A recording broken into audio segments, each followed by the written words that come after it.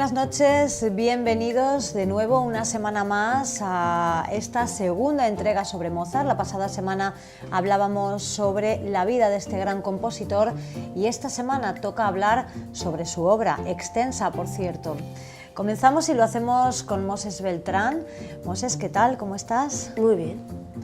Bueno, la semana pasada nos explicaste estupendamente cuáles fueron todas las etapas de la vida de Mozart, cómo fue su infancia, cómo fue su madurez, y nos hiciste un resumen fantástico. Y hoy nos gustaría que hicieses lo mismo hablando de su obra. Y comenzamos, si te parece, comentando por qué es tan importante Mozart para la música. Pues Mozart, aparte de ser uno de los compositores más destacados de su época, también en su época estaba vivo también, mientras que él componía estaba Beethoven y muchos más, pues fue entre los primeros que empezó a desarrollar un tipo de música el modo que él hacía. Primero estaba Mozart, luego estaba Beethoven, luego estaba Bach, luego estaba Schubert. Él fue como el primero en que empezó a desarrollar ese tipo de música más sentimental, más con obras teatrales sobre la historia, ya que Mozart, muchas de las obras que tiene son mayormente pues, historias reales sobre gente, épocas, sobre periodos, sobre emperadores, sobre gente importante. Mozart pues, mayormente empieza a componer a los 18 años, aunque ya empieza a los 5, sus verdaderas composiciones largas, sinfónicas, obras, de ese modo, empiezan a los 18, de 18 a 35 años, que muere a los 35 años. Mozart a los 18 años empieza con sus composiciones, se da todo bastante bien y así sigue. ¿Y cómo compone? ¿Cómo componía? ¿Cómo escribía sus obras Mozart? Pues Mozart, una cosa curiosa es que él las escribía de cabeza, ya que una sinfonía entera es muy fácil tenerla en tu cabeza que luego pasarla mecánicamente en la partitura. Eso dura mucho más, ya que él normalmente toda la mayoría solía hacer de cabeza. Bastante interesante, en la película Amadeus, que se graba en 1942, durante la Guerra Mundial, se graba la película mientras que están lanzando bombas en plena Guerra Mundial.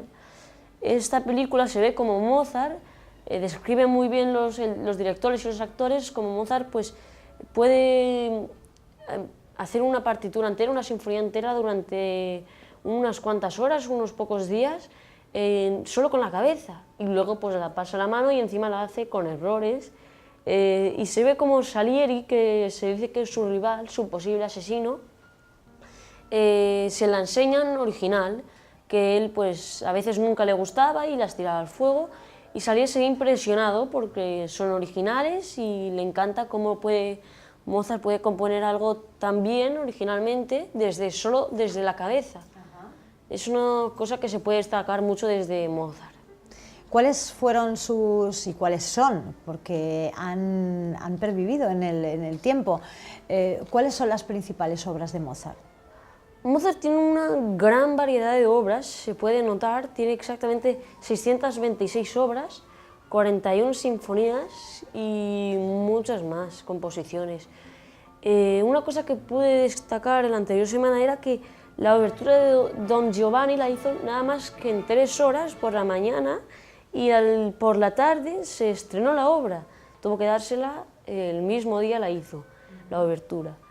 Luego de esa cantidad de obras es muy extraño porque en solo 18 años, hasta los 35, una cantidad muy pequeña de tiempo, llegó a hacer toda esa cantidad de obras. Encima también nos podemos dar cuenta que algunas pueden ser muy cortas, algunas muy largas, pero podemos descartar que son mayoritariamente buenas. Eso es lo que podemos ver. Muy bien, Moses, muchísimas gracias por hablarnos en esta ocasión de la obra de Mozart. Igual. Gracias.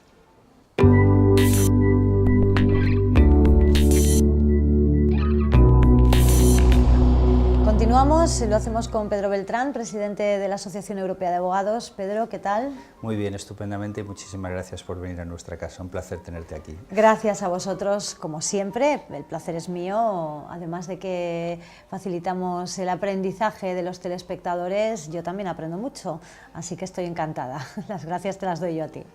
Bueno, Hoy hablamos de la obra de Mozart, la pasada semana hablábamos de su vida y seguimos teniendo este fantástico decorado y más cine para comentar hoy. Comenzamos por el decorado, Pedro. Sí, la obra de Mozart es el tema del programa de hoy. Aquí está la obra completa de Mozart en 170 CDs y las óperas completas de Mozart en 22 CDs. El resto es otra integral de la obra de Mozart, que abarca en total 180 CDs, son distintas cajas de la edición Mozart Philips. Luego tenemos aquí a Barenboim con Mozart en las 3 óperas italianas de Lorenzo da Ponte, sonatas para piano, conciertos para piano y sinfonías. Este es el despliegue que hemos preparado, todo Mozart. Muy bien. Y si la pasada semana mostrábamos una gran cantidad de películas sobre la vida de Mozart, hoy toca hablar de películas que realmente van sobre su vida y su obra. La pasada semana veíamos películas en las que aparecía música de Mozart también. Sí, hoy nos vamos a centrar solamente en películas sobre la obra de Mozart. Por tanto, ya hablamos la semana pasada de Amadeus, de las otras películas, sí. Y hoy vamos a hablar de películas sobre la obra de Mozart. Dentro de esta caja de Mozart 22, es curioso señalar, Mozart 22 porque son 22 óperas, es curioso señalar, y seguro que muchos telespectadores no lo saben, que Mozart tiene 5 óperas de tema romano. Sí. Esta primera es El sueño de Escipión. Escipión es el conquistador romano de Numancia. La segunda que hemos traído es Ascanio en Alba. Ascanio es el hijo de Eneas, fundador de Roma, según la leyenda. Y luego tenemos aquí a Lucio Silla, que es una ópera sobre un dictador romano. Mitrídates, rey de Ponto, hace referencia al rey de Ponto, Mitrídates, pero en la campaña contra los romanos, también tenemos protagonistas romanos. Y por último, en cuanto al tema romano, tenemos aquí La Clemencia de Tito, que es la última ópera de Mozart, junto con La flauta mágica, escrita simultáneamente, que hace referencia a Tito. Tito es el conquistador romano de Jerusalén, el que destruye el templo de Salomón, del que queda solo el Muro de las Lamentaciones. También el famoso arco que hay al lado del Coliseo, los que hayan estado en Roma o conozcan Roma, ese arco es el arco de Tito. Pues muchos no sabrán que Mozart le dedicó una ópera a Tito, y además una ópera genial y la última, con lo cual pues tiene unos cuantos, porque las otras que hemos mostrado son óperas de juventud. Una ópera de Mozart también de juventud sobre Alejandro Magno. Esto tampoco será muy conocido, que Mozart escribiera una ópera sobre Alejandro Magno. Esta es tema griego, y tema griego también Idomeneo, rey de Creta, la primera ópera verdaderamente genial de Mozart, de las 7 geniales que tiene, tema griego. Esto es lo que hemos traído en relación con películas de óperas de Mozart, pero grabaciones de la escena. Ahora traemos una segunda parte de películas también sobre la obra de Mozart, pero mucho más interesante porque son realmente películas. Me refiero que son películas hechas o bien para la televisión o bien películas realizadas para el cine, pero no que sean grabaciones simplemente de un escenario teatral.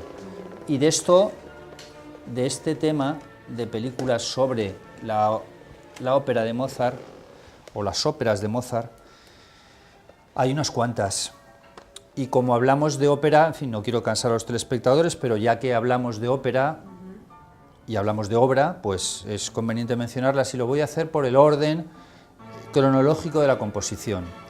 Dentro de las 7 óperas geniales de Mozart, la primera sería Idomeneo, rey de Creta. Esta es una película grabada para la televisión impresionante, porque la dirige nada menos que Britten. Britten es uno de los mejores compositores de la historia y el mejor compositor de la segunda mitad del siglo XX, junto con Sostakovich. Pues aquí el propio Britten dirige esta grabación para la televisión de la ópera de Mozart. Único inconveniente que está cantada en inglés, el original es el italiano. Y esta es una película también. Cuando digo película me refiero a que tiene actores, actores cantantes, por supuesto, pero que está filmada en escenarios naturales, etc. Las bodas de Fígaro, genial película. Y genial ópera, por supuesto. Don Giovanni de Lossay es la película de ópera más vista de la historia. Cuando fue estrenada en su época, fue la película más vista en su año en Estados Unidos, no película de ópera, sino de todas las películas de cine en general. También se estrenó en Alicante y se ha visto en los cines en Alicante.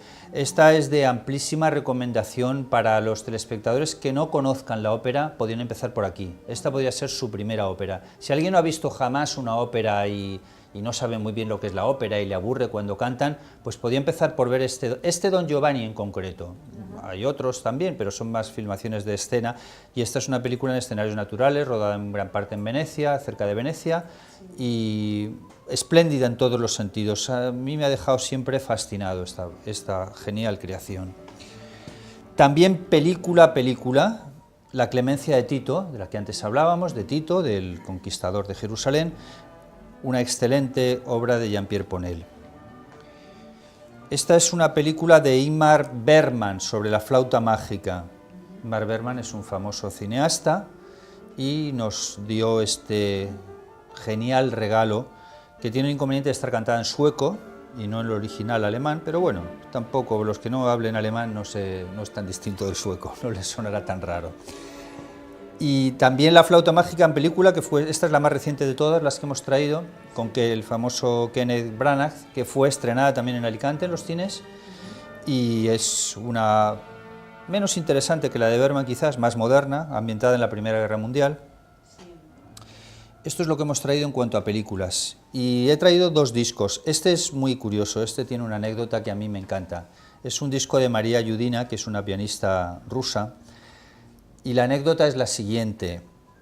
María Yudina era la pianista favorita de Stalin. No es muy sabido que a Stalin le gustaba mucho la música, es conocido lo de Hitler, esto se sabe mucho más, que Hitler cantaba Wagner y tal. Bruckner también, por cierto. A Stalin le gustaba más Mozart, sin embargo, le gustaban Mozart y Beethoven, tiene unos gustos más clásicos en este sentido.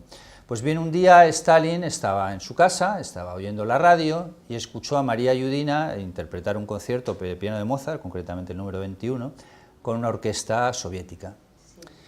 Y lo escuchó, le encantó a Stalin, oh, qué maravilla, qué bien ha tocado María y tal. Bueno, pues a la hora o así, hora y media, se acordó, llamó a la radio, oiga, que quiero que me manden una grabación del concierto de María Yudina, que ha estado genial y tal. Y los de la radio se pusieron a temblar, porque lo habían hecho en vivo, era una grabación en vivo de un concierto y no habían grabado. Quiero decir, simplemente habían emitido el concierto y decir, madre mía, este nos manda a los campos de Siberia directamente. Tuvieron que llamar por teléfono a todos los miembros de la orquesta, que muchos ya se habían ido a sus lugares, estaban durmiendo, en fin, había pasado ya bastante rato, era por la noche ya. Tuvieron que llamarles por teléfono, volver a reunirles, grabar el concierto, que faltaron uno o dos violinistas, grabar el concierto para poderle mandar la cinta a Stalin. Bueno, pues ese disco, esa grabación, es este disco en concreto. El que tanto le gustó a Stalin es este disco, esta grabación del concierto para piano número 21. Sí, que es lo hemos traído porque anécdota. A mí realmente sí, la anécdota me hizo mucha gracia cuando la leí en una biografía de Stalin, me resultó extraordinariamente graciosa. Y esta tiene una anécdota más seria, que es una grabación de Idomeneo, que decíamos que es la primera ópera genial de Mozart, en donde graba Idomeneo, Richard Strauss hace una adaptación de Idomeneo al alemán y le pone su propia música, un 30% de música, con lo cual esto tiene un 70% de Mozart, el mejor compositor del siglo XVIII, y un 30% de Richard Strauss, el mejor compositor del siglo XX, en mi opinión. Y es una mezcla extraordinaria, a mí es un disco que me gusta muy especialmente y al que le tengo un cariño particular.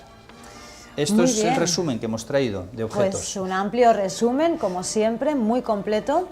Y ahora a mí me gustaría que nos contaras un poco, que nos dieras tu opinión, Pedro, sobre cuál es el origen de la genialidad de Mozart, porque, bueno, sorprende, ¿no? Tanta genialidad, además desde tan joven, desde tan pequeño, una obra tan prolífica. ¿De dónde saca todo esto Mozart? El dedo de Dios está sobre Salzburgo, se podría decir, es una persona elegida con un talento muy especial, en unas circunstancias singulares y en una familia que supo desarrollar ese talento. Quizás en otro ámbito no se hubiera desarrollado igual, como decíamos la semana pasada. El padre influenció muchísimo para que su hijo, que se dio cuenta que era genial y que era superior a él, se dedicara a la música exclusivamente.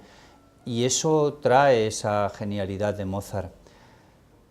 Tampoco conviene exagerar en una cosa, no es que Mozart fuera un genio con 8 años. Esto es importante también señalarlo, porque a veces se tiene esa imagen. Mozart era vamos a ver, era un genio para su edad, pero eso no significa, las obras realmente geniales de verdad de Mozart empiezan con los 18 años. De hecho, de esta caja de 170 o más de esta caja de 22 óperas, las óperas que se interpretan con frecuencia y las óperas verdaderamente geniales de Mozart son 7, solamente 7, y no estaría de más mencionarlas aquí. Empezamos con Idomeneo, rey de Creta, es la primera, cantada en italiano. La segunda es El rapto en el Serrallo, que es una ópera cantada en alemán por encargo de José II, que hasta entonces las óperas se hacían en italiano, y le dice que hay que escribir en alemán, y él hace su primera ópera alemana. Y luego tenemos el trío de óperas que figuran aquí, con Barenboim, con Lorenzo da Ponte, el genial libretista de Mozart, que hace Las bodas de Fígaro, estaríamos ya en la tercera ópera, Don Giovanni, cuarta ópera, y Così fan tutte, quinta ópera. Tenemos 5 óperas hasta ese momento que podemos considerar absolutamente geniales. Y después ya tenemos que dar un salto al último año, no solo al último año, sino a los últimos meses de su vida, donde a la vez escribe La flauta mágica, que sería la sexta, y La clemencia de Tito. El orden entre las dos es un poco indiferente porque las hizo simultáneamente. Podríamos considerar la sexta La clemencia de Tito y la séptima La flauta mágica, Clemencia de Tito en italiano y Séptima flauta mágica en alemán. ¿Qué quiero decir con esto? Que hay 7, en esta caja hay 22, y sin embargo de esas 22 las 15 primeras apenas se interpretan, porque hay un problema también con la ópera, que es que la ópera necesita psicología, y Mozart empieza a ser un maestro de la psicología más tarde. Cuando Mozart tenía 14 años, o 12 años concretamente, es una anécdota, cuando él tenía 12 años, que es un libreto, porque las óperas tienen libreto, quiere decir que tienen libreto que el compositor escribe la música, no escribe el texto. Wagner cambió eso y hacía las dos cosas. Entonces Mozart escribe un texto que le dan. Y en un texto, cuando él tenía 12 años, ponía: se le calienta la sangre, me hierve la sangre al ver a esta mujer. Dice: ¿qué le pasa, papá? ¿Es que está enfermo? ¿Por qué le hierve la sangre? Y el padre le contesta: tú escribe la música y déjate de tonterías, tú escribe la música y no te preocupes de más. Dice: papá, yo tengo que saber lo que pasa, papá, porque si le hierve la sangre, si está enfermo, tengo que poner una música, y si no, tengo que ponerla de otra manera. Claro, ¿qué pasa? Que con 12 años, mucho talento que puedas tener para la música, bien, pero no tienes de experiencia de relaciones humanas, es imposible. Claro, y la música es sentimiento y... Exacto, pero luego, y sin embargo, luego él se convierte en un maestro absoluto de la psicología. Ya mezcla los personajes que hace, los diseña de una forma psicológica magnífica. En Las bodas de Fígaro tenemos una escena en donde el conde está declarando su amor a otra mujer, y resulta que es su mujer pero disfrazada de otra. Es decir, son escenas humanas que en esa época no se hablaba de grandes dioses mitológicos, y él retrata perfectamente la psicología de los personajes. En el mismo Don Giovanni, que es una ópera maravillosa, genial, a mí las que más me gustan son Don Giovanni y La flauta mágica. Todas las demás dentro de estas 7 que he dicho también me encantan, ¿eh? Él hace un retrato musical. Don Giovanni es el gran conquistador, que va a las mujeres, las trata, las tira a la basura, por así decirlo, y sin embargo él le hace una música preciosa, genial, muy inspirada, se muestra muy a favor del personaje con la música, y esto es los retratos psicológicos que sabe hacer en música, que muestran su genialidad, porque es lo maravilloso de Mozart, que en todo logra la perfección, en la ópera, en los conciertos, en las sonatas para piano, en los cuartetos. Sabía tocar el piano, sabía tocar todos los instrumentos de la orquesta, los sabía tocar. Y claro, es asombroso, sí, absolutamente asombroso. Ese conocimiento absoluto daba este resultado fantástico. Has hablado de las óperas, Pedro, y las sinfonías. Un poco también como pasa con las óperas, empezamos un desarrollo que verdaderamente la genialidad empieza con la número 29 exactamente, y va de la 29 a la 41. Curiosamente, Mozart no tiene Sinfonía 37, esto mucha gente no lo sabe. No hay Sinfonía 37 porque se descubrió luego que no era realmente una obra de Mozart, total que no existe. Pero vamos, de la 29 a la 36, quitamos la 37, y luego pasamos de la 38 a la 41, otra vez un poco como pasa con las óperas, las últimas son muy avanzadas, reflejan además algo muy íntimo, muy profundo. La música de Mozart, cuando se escucha superficialmente, parece algo ligero, a veces incluso intrascendente le podría parecer a algunos, pero de eso no tiene absolutamente nada. En cuanto profundizamos más y sobre todo nos vamos a las últimas obras, puede parecer que estamos ante composiciones que son una marcha fúnebre. Yo recuerdo en un seminario donde se estudiaba la pequeña música nocturna, Eine kleine Nachtmusik, hecho por el gran musicólogo Jos Balán, que repetía y repetía, y lo que parecía algo poco trascendente, por así decirlo, se convertía en eso, en algo, una imagen de muerte, una imagen de desolación, una imagen de tristeza, porque Mozart tuvo una vida tremendamente desgraciada y eso también se refleja en la música, aunque no parezca. ¿Por qué todos los grandes compositores son alemanes? ¿Qué tiene Alemania para que diera tantos compositores geniales como hizo? Esa pregunta se podría responder de muchas maneras. Algunos contestarían diciendo que no es verdad, que no todos los grandes compositores son alemanes, otros contestarían diciendo que Mozart era austriaco. Bien, yo sí que creo que los mejores compositores son alemanes. Si cogemos 10, son todos alemanes o alemanes y austriacos. En realidad Alemania y Austria, y no tengo nada de hitleriano, Alemania y Austria es lo mismo. Y culturalmente es lo mismo, y tienen el mismo idioma, e históricamente son países con una intensísima relación, si no unión. Bien, ¿por qué? En buena parte podemos darle una explicación sociológica. Los reyes, los emperadores alemanes de aquellos territorios que estaba muy fragmentada Alemania en varios países, tenían especial predilección por la música. Sin embargo, en España la teníamos por la pintura. Nosotros hemos producido grandísimos genios de la pintura como Goya, como Velázquez, como Picasso. Bien, los reyes españoles, empezando por Felipe II, por ejemplo, que le interesaba muchísimo el Bosco y compró muchos cuadros del Bosco. Los reyes españoles no eran muy aficionados a la música y sí lo eran a la pintura. Allí ocurrió al revés. Esta explicación podíamos darla como sociológica. Luego también el hecho de que empieza a haber grandes compositores como Bach y a partir de ahí pues se desarrollan otros en el mismo ambiente, hay un mayor interés de la gente por la música, moderadamente en el sentido de que en esa época no había discos. Esta es la explicación que podemos dar, aparte de porque no se trata de una simple casualidad, vamos. Estamos acabando ya, Pedro, pero como siempre hacemos, para quien quiera iniciarse en Mozart, ¿por dónde empezar? Si alguien no ha escuchado música clásica o prácticamente no ha escuchado, yo no empezaría por la ópera. Empezaría por las sinfonías y los conciertos para piano. Y si quieren adquirir, si podemos mostrar quizás a las cámaras una edición. Esta edición de Mozart con Barenboim de los conciertos para piano y orquesta es una excelente manera de iniciarse. Está en DVD, que siempre será más fácil, con imagen, y también lo tenemos lógicamente en CD. Y luego sinfonías, también se pueden escuchar, por supuesto, sinfonías, empezando por la 29. Aquí hay 2 sinfonías de Mozart en este CD. De la 29 a la 41 yo escucharía sinfonías de Mozart. Si quieren algo más tranquilo, pues podíamos estar con sonatas para piano de Mozart, es piano solo. Bien, se puede empezar escuchándolo de fondo, pero como siempre diría que ahí es mejor escucharlo con concentración. Siempre, siempre la verdad es que es mucho mejor para disfrutarlo, pues centrarse y escucharlo con concentración. Ese es nuestro consejo siempre. Pedro, muchísimas gracias. Gracias a ti, gracias a Información TV. La semana que viene seguiremos con compositores. Vamos a hablar de un compositor menos conocido, no todo tiene que ser los súper conocidos. Importa también difundir otros nombres y hablaremos del compositor francés Claude Debussy. Haremos 2 programas, uno dedicado a su vida y otro dedicado a su obra. Muy bien, pues aquí estaremos, como siempre. Gracias, Pedro. Gracias a ti, Información TV. Pues ya lo saben, continuamos con compositores, continuamos hablando de música la próxima semana y aquí les esperamos. Hasta entonces.